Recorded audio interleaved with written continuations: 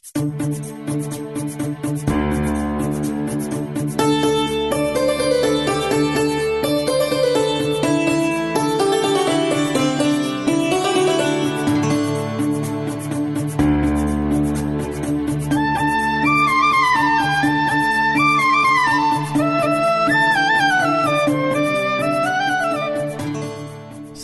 स्थानीय सरकार, दिगो विकासको हकदार, हाम्रो पालिका राम्रो पालिका। नमस्कार, रेडियो कार्यक्रम हाम्रो पालिकामा तपाईलाई स्वागत छ।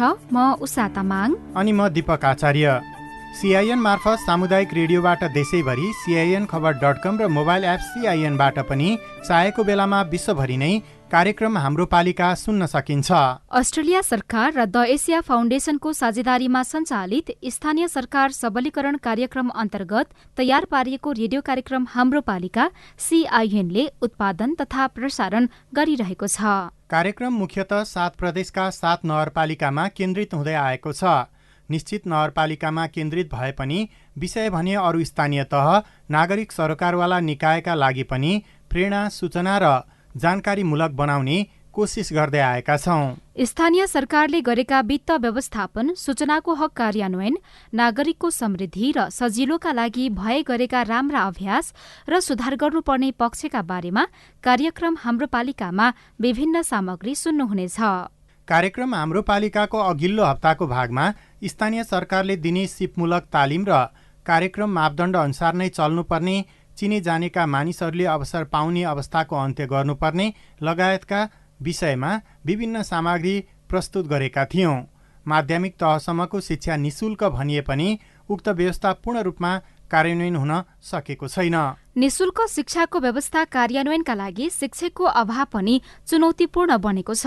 यो समस्या समाधानका लागि कतिपय पालिकाले स्वयंसेवी शिक्षक राख्ने अभियान चलाएका छन्, जुन प्रभावकारी पनि देखिएको छ। कार्यक्रम हाम्रो पालिकाको आजको अङ्कमा भने आगामी आर्थिक वर्षको नीति तथा कार्यक्रममा पालिकाले सुधार गरेको पक्ष, EFT-बाट भत्ता वितरणको व्यवस्था मिलाइनेछ, सबै किसिमका गैर-को प्रभावकारी नियमन गरिनेछ, जनप्रतिनिधिले देखाउने सपना, पालिकावासीका आवश्यकता पुरानै माग, महिलाहरू जो चाहिँ पिछडिएका महिलाहरू हुन्छ, वैदेशिक रोजगारीको लागि उहाँहरू गएर अलपत्र परेको हुन्छ, उहाँहरूलाई चाहिँ यही रोजगारीको व्यवस्था गर्दाखेरि राम्रो हुन्छ र शाखा अनि महाशाखाको समन्वय हुँदा र नहुँदाको प्रभाव अनि प्रतिफल। त्यसमा हुने खर्चको हिसाबले दुईटा शाखाका कर्मचारी एकैपटक गइयो भने खर्चका हिसाबले पनि मितव्ययी हुने गरेको छ।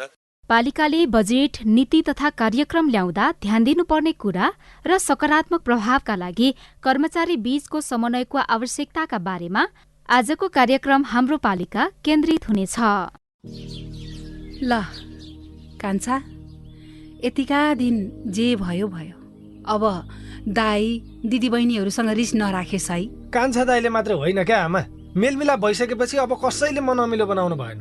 तपाईहरूले नै रोजेका मेलमिलापकर्ता राखेर जग्गाको साँध सिमाना बारेको 9 वर्षदेखिको विवादमा मेलमिलाप भयो। योभन्दा खुसीको कुरा हामी मेलमिलापकर्ताको लागि के हुन्छ र? मेलमिलापकर्ता बाबु, हामी दुई भाइ बीचको झगडालाई यति सजिलै चाँडै मिलाइदिनु भएकोमा तपाईँलाई मुरी मुरी धन्यवाद छ। मैले यो मेलमिलाप केन्द्र भन्ने त अलि पहिले नै सुनेको थिएँ क्या बाबु। मन माझामाझ गरेर दुवै पक्षले जित्ने गरी पो कुरा मिलाउनु हुने रहेछ। कस्तो राम्रो। मनमुटाव गर्नेहरूलाई अबदेखि यो मेलमिलाप केन्द्रमै जाऊ भन्छु म चाहिँ। सुन्नुहोस् आमा, सरकारी, सामुदायिक र सार्वजनिक बाहेक जग्गा सम्बन्धी विवाद, गाली बेइज्जती, लुटपिट सहित विभिन्न 11 प्रकारका विवाद हरेक वडामा रहेका मेलमिलाप केन्द्रबाट मिलापत्र गराउन सकिन्छ नि आमा। आहा, कस्तो राम्रो। अनि हरेक वडामा यस्ता मेलमिलाप केन्द्र छन् त बाबु? छन् नि आमा, किन नहुनु। कुनै कुनै वडामा 2 वा त्यसभन्दा धेरै पनि छन्। विवादका पक्ष र विपक्षका व्यक्तिले चाहेको मेलमिलाप केन्द्रबाट निकास खोज्न सकिन्छ।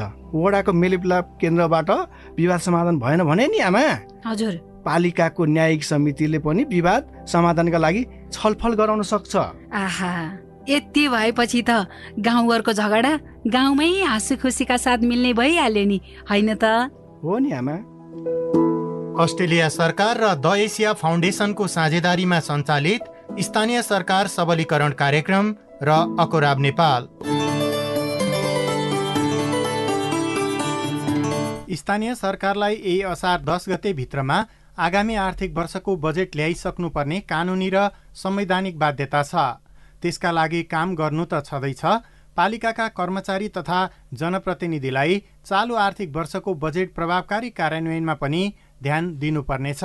असार महिना चालु आर्थिक वर्षको अन्तिम महिना हो। स्थानीय सरकार गठन भएको 6 वर्ष भइसकेको छ।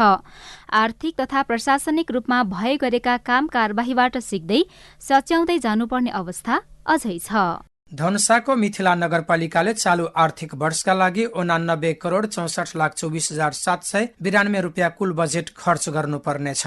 त्यसमध्ये असार 5 गतेसम्म 47.36% खर्च भइसक्दा सिकाइका कयौं बुदा र विषय भेटिएका छन्। प्रशासन शाखाका प्रमुख दिपेश काफले वार्षिक खरिद योजना बनाई कार्यान्वयन गर्ने वितरणमुखी कार्यक्रमहरू जति पनि सञ्चालन हुन्छन् हाम्रो यस नगरपालिकाबाट, त्यो कार्यक्रम सञ्चालनमा विषयगत समितिहरूलाई, हाम्रो 5वटा विषयगत समिति छ, त्यो विषयगत समितिहरूलाई सक्रिय गराउने, उहाँहरूको पनि सहभागिता निर्णय प्रक्रियामा गराउने भन्ने हाम्रो सोच छ। र अर्को चाहिँ बजेट निर्माण तथा कार्यक्रममा संलग्न हुने विभिन्न समितिहरू हुन्छन्, जस्तै राजस्व परामर्श समिति, सीमा निर्धारण समिति लगायत समितिहरूको काम कारबाहीलाई चाहिँ नियमित गराउने, जुन मितिसम्म हामीले काम कारबाही सम्पन्न गरिसक्नुपर्ने हो त्यो मितिभित्रै काम कारबाही सम्पन्न गर्ने चाहिँ हामीले योजना बनाएका छौँ। चालु आर्थिक वर्षमा छुटेका केही योजना र अनुभवले सिकाइ भएका केही योजना थपेर बजेट ल्याउने तयारीमा पालिका छ।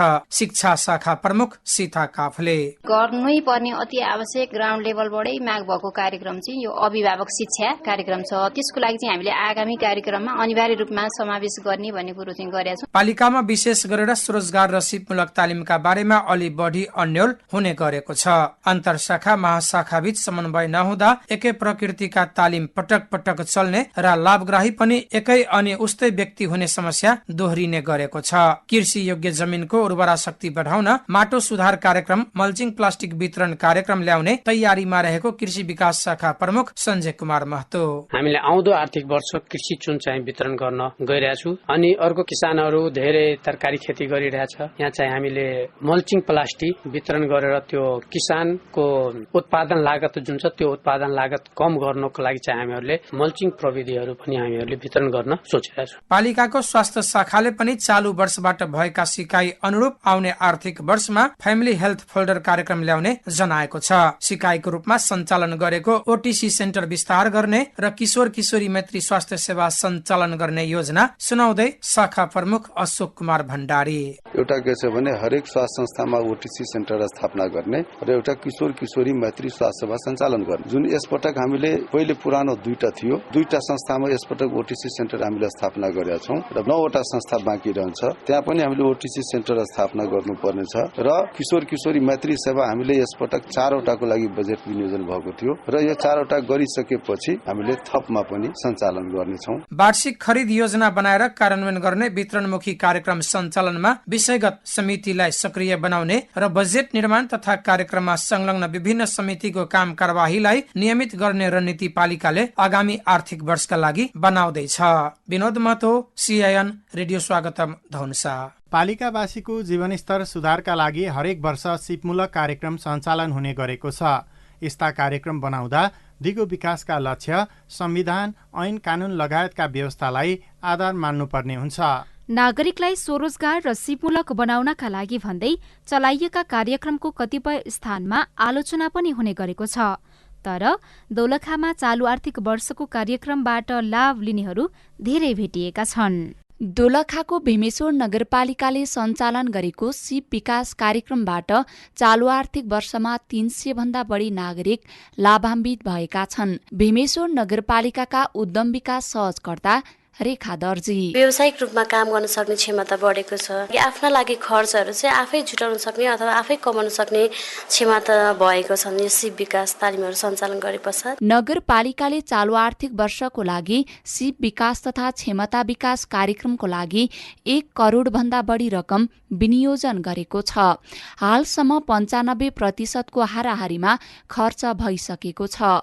भीमेश्वर नगरपालिकाका सामाजिक विकास शाखाका वरिष्ठ शाखा अधिकृत नारायण प्रसाद सेडाई। तालिम लिएका व्यक्तिहरूले के गर्दै हुनुहुन्छ भनेर हामीले अलिकति समीक्षा गर्ने, उहाँहरूलाई चाहिँ केही सपोर्ट गर्नुपर्ने छ भने त्यो सपोर्ट गरेर पनि कार्यक्रमलाई चाहिँ अगाडि बढाउने र उहाँहरूले सिकेको सिपलाई अगाडि बढाउनु पर्छ भन्ने किसिमले चाहिँ लागिरहेका छौँ। दोलखामा चाहिँ के आवश्यक छ त त्यसको आधारमा चाहिँ तालिमहरू सञ्चालन गर्नुपर्छ भनेर हामीले समुदायलाई चाहिँ त्यो किसिमले चाहिँ अभिमुखीकरण गरिरहेका छौँ। नगरपालिकाले बेरोजगार युवालाई लक्षित गरी हाते ट्र्याक्टर मर्मत तालिम, महिलालाई पञ्चे बाजा बजाउने तालिम, हाते होजियारी लगायतका 50 भन्दा बढी कार्यक्रम चलाएको छ। भीमेश्वर नगर कार्यपालिका सदस्य किरण ओली केसी दलित महिलाहरूलाई भनेर एउटा पञ्चे बाजाको उहरू पनि सुरुवात गरेको छ, जहाँ उनीहरूले माग गरे त्यो ठाउँमा गएर कार्यक्रमहरू गरिरहेको अवस्था छ। अन्य वडाहरूमा यो साडीहरू कुर्ताहरूमा बुटिङ भर्ने जस्ता कार्यक्रमहरू पनि नगरपालिकाले सञ्चालन गरिसकेको छ र कानमा लगाउने टपहरू, मालाहरू त्यस्ताहरू पनि कार्यक्रम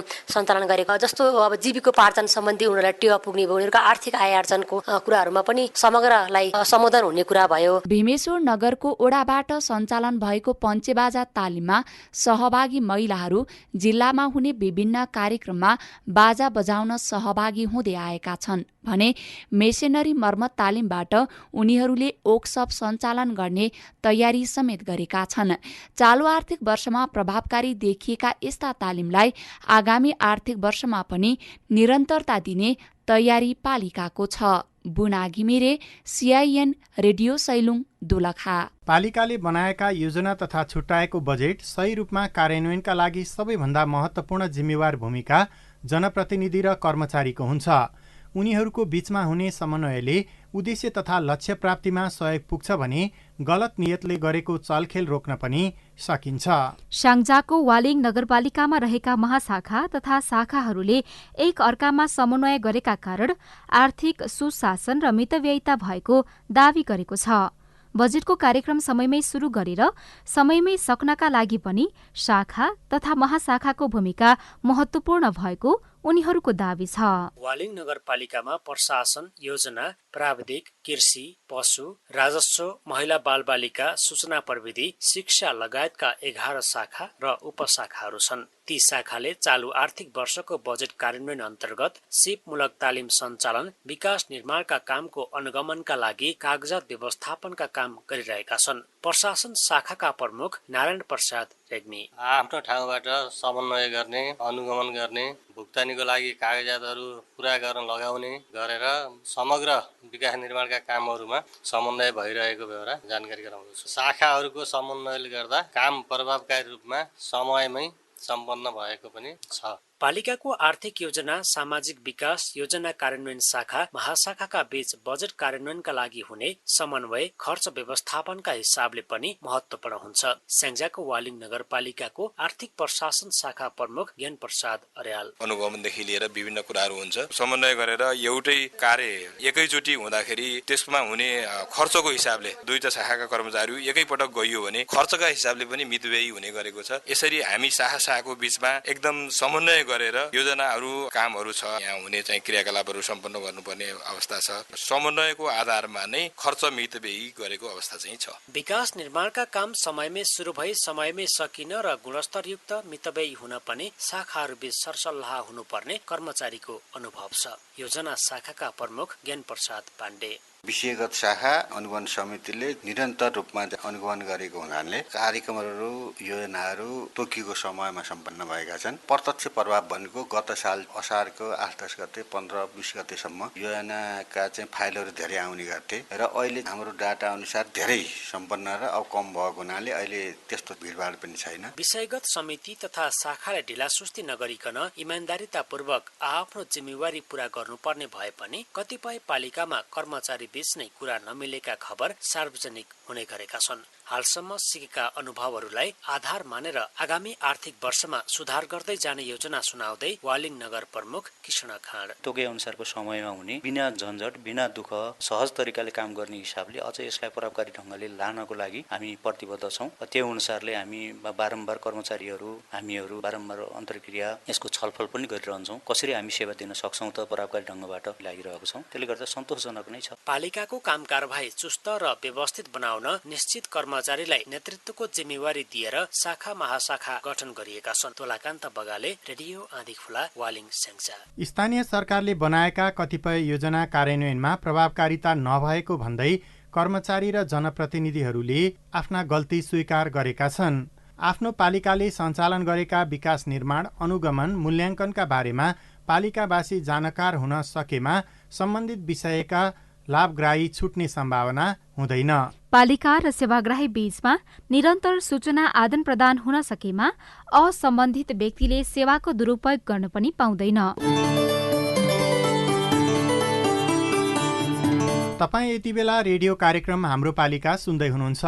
सामुदायिक सूचना नेटवर्क CINले उत्पादन तथा प्रसारण गरिरहेको कार्यक्रम हाम्रो पालिकाको आजको अङ्कमा पालिकाले बजेट, नीति तथा कार्यक्रम ल्याउँदा ध्यान दिनुपर्ने कुरा र सकारात्मक प्रभावका लागि कर्मचारी बीचको समन्वयको आवश्यकताको बारेमा चर्चा गरिरहेका छौं। तपाईको स्थानीय तहले गरेको काम कारबाही तपाईलाई कस्तो लागिरहेको छ? सुनाउन मन छ भने 01 52 60 646 मा फोन गरेर आफ्नो कुरा राख्न सक्नुहुन्छ। स्थानीय तहको काम कारबाहीका बारेमा साझा खबर @gmail.com, हाम्रो फेसबुक पेज CIN खबर, ट्विटर ह्यान्डल @CIN खबरमा पनि लेख्न सक्नुहुनेछ। कार्यक्रम हाम्रो पालिकामा अब आगामी आर्थिक वर्षको बजेट, नीति तथा कार्यक्रममा स्थानीय सरकारले गरेको तयारीको प्रसङ्ग। संघ, प्रदेश र स्थानीय तहले तोकिएको समयभित्र नीति तथा कार्यक्रम र बजेट ल्याउनुपर्ने संवैधानिक तथा कानूनी व्यवस्था छ। अन्तर सरकारी वित्त व्यवस्थापन ऐन 2074ले स्थानीय तहको बजेट सम्बन्धित नगर तथा गाउँसभामा असार 10 भित्र पेश गर्नुपर्ने व्यवस्था गरेको छ। कैलालीको टिकापुर नगरपालिकाको 13औं नगरसभामा नगर प्रमुख रामलाल डगौरा थारूले प्रस्तुत गर्नुभएको नीति तथा कार्यक्रम पारित भएको हो। नीति तथा कार्यक्रममा आर्थिक विकासतर्फ कृषि, पशुपालन, उद्योग, श्रम, रोजगार तथा गरिबी निवारण, पर्यटन तथा संस्कृति र सहकारीको विकासमा जोड दिने उल्लेख छ। सामाजिक विकासतर्फ शिक्षा, स्वास्थ्य तथा पोषण, युवा तथा खेलकुद, सामाजिक सुरक्षा र संरक्षणतर्फ महिला, बालबालिका, अपाङ्गता भएका तथा ज्येष्ठ नागरिक, सामाजिक सुरक्षा तथा व्यक्तिगत घटना, संघ-संस्था परिचालन तथा नियमन अझ प्रभावकारी बनाउने भनिएको छ। सामाजिक सुरक्षा भत्ता वितरणलाई प्रभावकारी बनाउन EFT-बाट भत्ता वितरणको व्यवस्था मिलाइनेछ। सबै किसिमका गैर-को प्रभावकारी नियमन गरिनेछ। पूर्वाधार विकासतर्फ भवन तथा शहरी विकास, वैकल्पिक ऊर्जा तथा साना जलविद्युत, भू उपयोग तथा आवासलाई व्यवस्थित गर्ने नीति पालिकाले लिएको छ। वन, वातावरण तथा विपद व्यवस्थापनतर्फ नगरभित्रको सरसफाई तथा फोहोर व्यवस्थापन गर्ने, वन व्यवस्थापनमा जोड दिने, विपद व्यवस्थापनलाई प्रविधि मन्त्री बनाई जलवायु अनुकूलनका कार्यक्रम सञ्चालन गर्ने नीति लिएको छ। विपद व्यवस्थापन सम्बन्धी तथ्याङ्क प्रविधि मैत्री बनाइनेछ। जलवायु परिवर्तन शिक्षामा जोड गरिनेछ। साथै जलवायु अनुकूलन सम्बन्धी कार्यक्रम सञ्चालन गरिनेछ। संस्थागत विकास, सेवा प्रवाह र सुशासनमा जोड दिने, सूचना प्रविधि तथा तथ्याङ्क सङ्कलन गरिने, राजस्व परिचालन, वित्तीय जोखिम तथा आन्तरिक नियन्त्रण र कानुनी शासनमा जोड दिने नगरपालिकाको नीति तथा कार्यक्रममा उल्लेख छ। सभाका सदस्य तथा उपप्रमुख खड्ग बहादुर शाह नीति तथा कार्यक्रमका केही शब्दहरू थप गर्नुपर्ने सुझाव दिनुहुन्छ। त्यहाँ पञ्चकर्म भन्ने वाक्यांश होला। पञ्चकर्म पछि पूर्व कर्म भन्ने शब्द छुट्न गएको छ। टिकापुर पार्क, अस्पताल, हाट बजार, यो 4वटा स्थानमा प्लास्टिकलाई निषेध गर्ने भन्ने कडाइका साथ निषेध भन्ने वाक्यांश राख्नुपर्छ भन्ने मेरो प्रस्ताव छ। त्यही नीति तथा कार्यक्रमका आधारमा बजेट बन्ने हो। तर पालिकाले तयार पारेको नीति तथा कार्यक्रममा कतिपय वडाले भने चित्त बुझाएका छैनन्। वडा नम्बर 1 का वडा अध्यक्ष मोहन विक। 3 नम्बर बुदामा उत्तरदायी सरकारको अवधारणा भन्ने छ। यो कसप्रति उत्तरदायी हो? यसमा जन उत्तरदायी सरकारको अवधारणा भन्नुपर्छ जस्तो मलाई लाग्छ।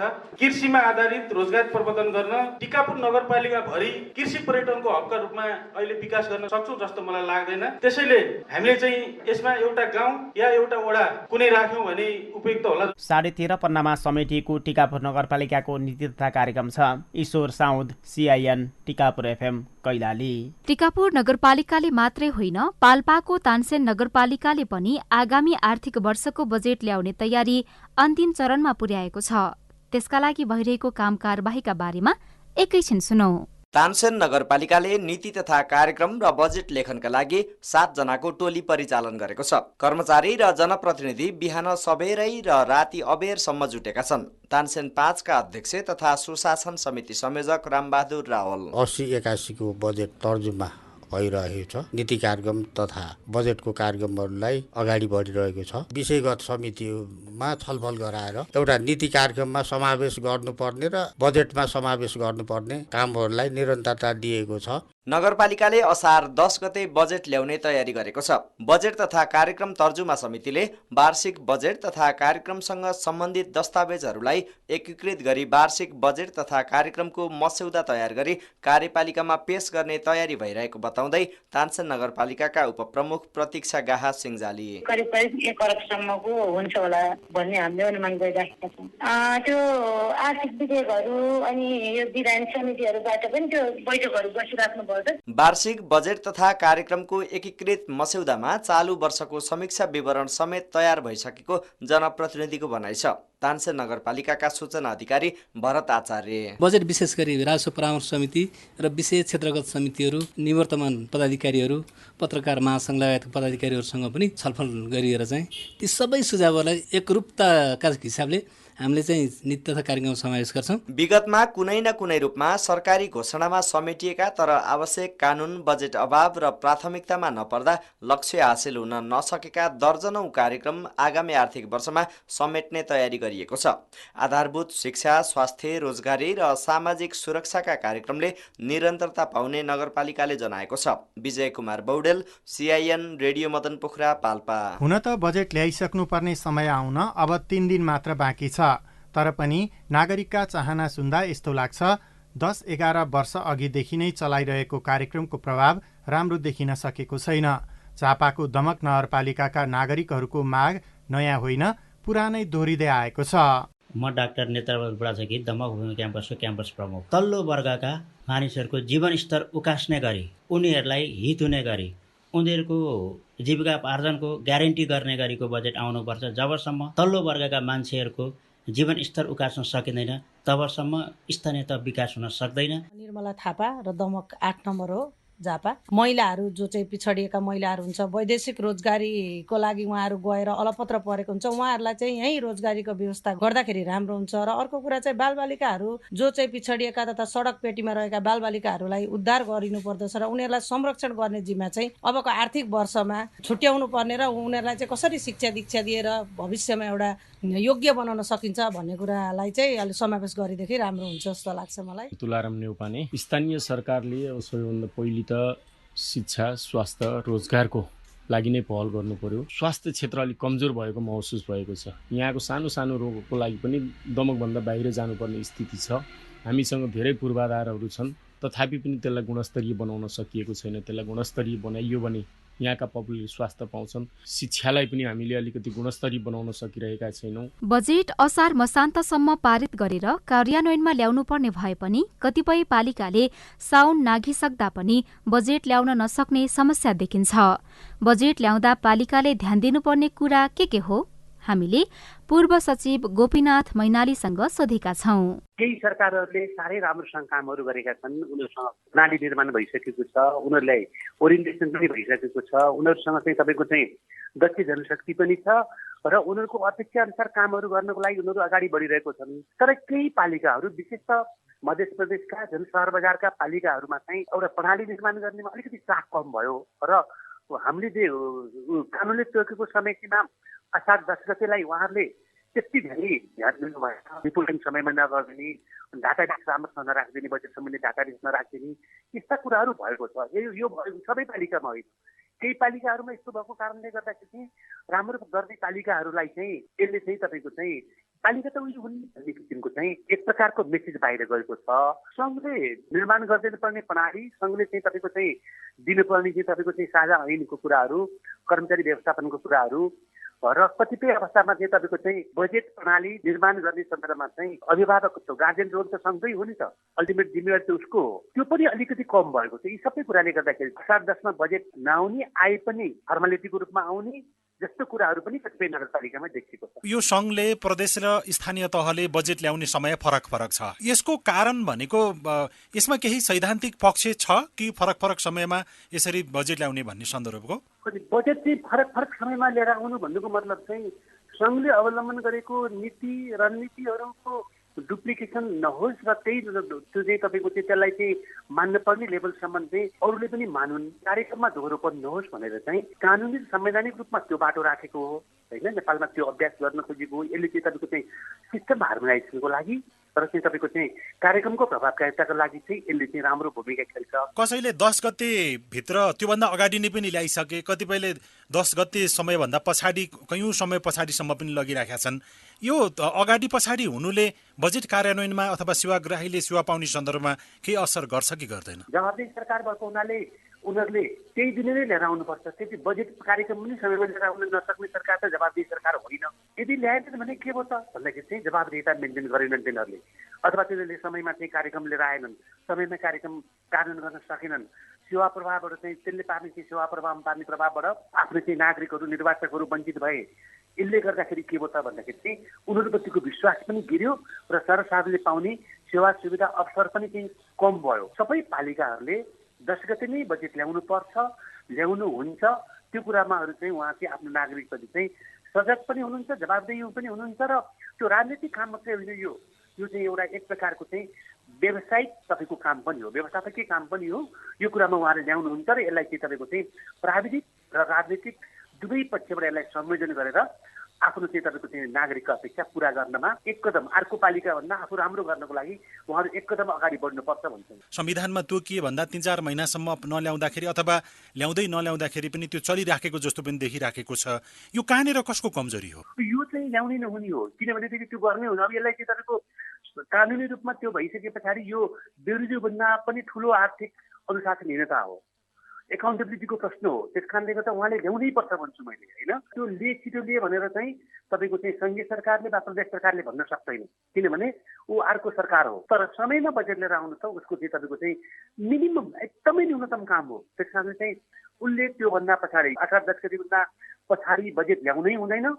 साउन 1 गतेबाट चाहिँ ऊ अनिवार्य रूपमा कार्यान्वयन कार्यतालिका समेत लिएर चाहिँ कार्यान्वयनमा गइसक्नुपर्छ। बजेट कतै कर्मकाण्डी तरिकाले मात्रै ल्याइराखेको भनेर पनि कतिपयले आलोचना गर्छन्।